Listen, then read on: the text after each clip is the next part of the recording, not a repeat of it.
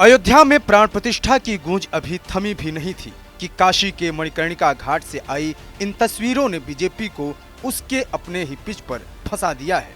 BJP जो विपक्ष को राम विरोधी और बाबर भक्त जैसे तमगे देती रहती है, आज उसी बीजेपी पर काशी में गजनवी और औरंगजेब की राह पर चलने के आरोप लग रहे हैं।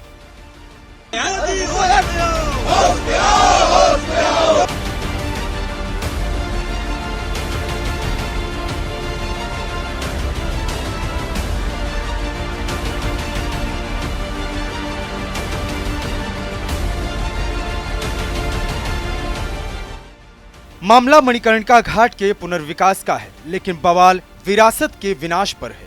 आम आदमी पार्टी के संजय सिंह और निर्दलीय सांसद पप्पू यादव ने टूटे हुए मंदिरों की तस्वीरें शेयर करते हुए सीधा हमला बोला है। उनका कहना है कि यह मोदी राज नहीं, गजनवी राज है। वहीं कांग्रेस अध्यक्ष मल्लिकार्जुन खड़गे और सुप्रिया श्रीनेत पूछ रही हैं, क्या कॉरिडोर बनाने के लिए प्राचीन शिवलिंगों और मूर्तियों को मलबे में मिलाना ही बीजेपी का हिंदुत्व है?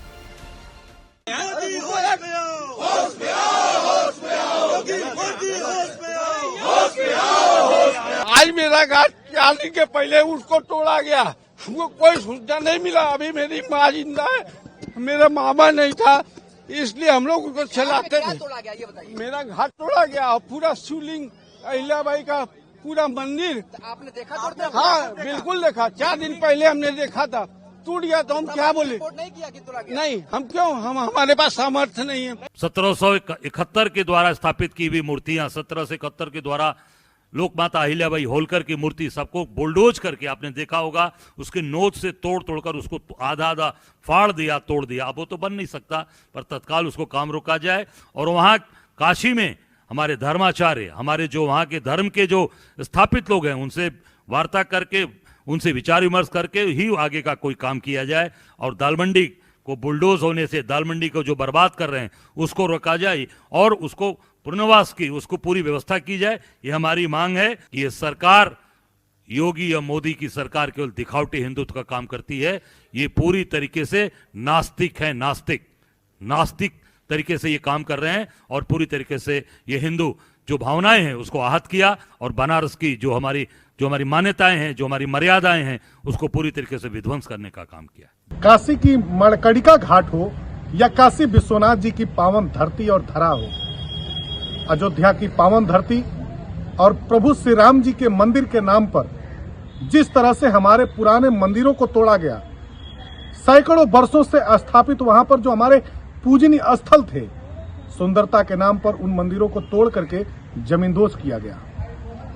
वृंदावन और मथुरा भी इस बात का गवाह है कि सुंदरीकरण और आधुनिकता के नाम पर, कॉरिडोर के नाम पर जिस तरह से मंदिरों को तोड़ा जा रहा है, ध्वस्त किया जा रहा है, यह भारतीय जनता पार्टी के असली चेहरे को प्रदर्शित करता है, दिखाता है।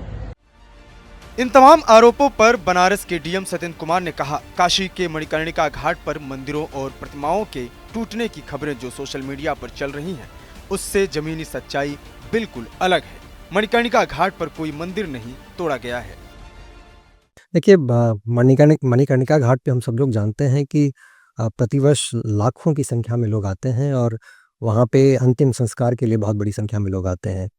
और जो लोग आते हैं उनकी संख्या को देखते हुए वहाँ जगह की थोड़ी कमी रहती है, वहाँ साफ़ सफाई की व्यवस्थाओं को बनाने में थोड़ी कठिनाई आती है।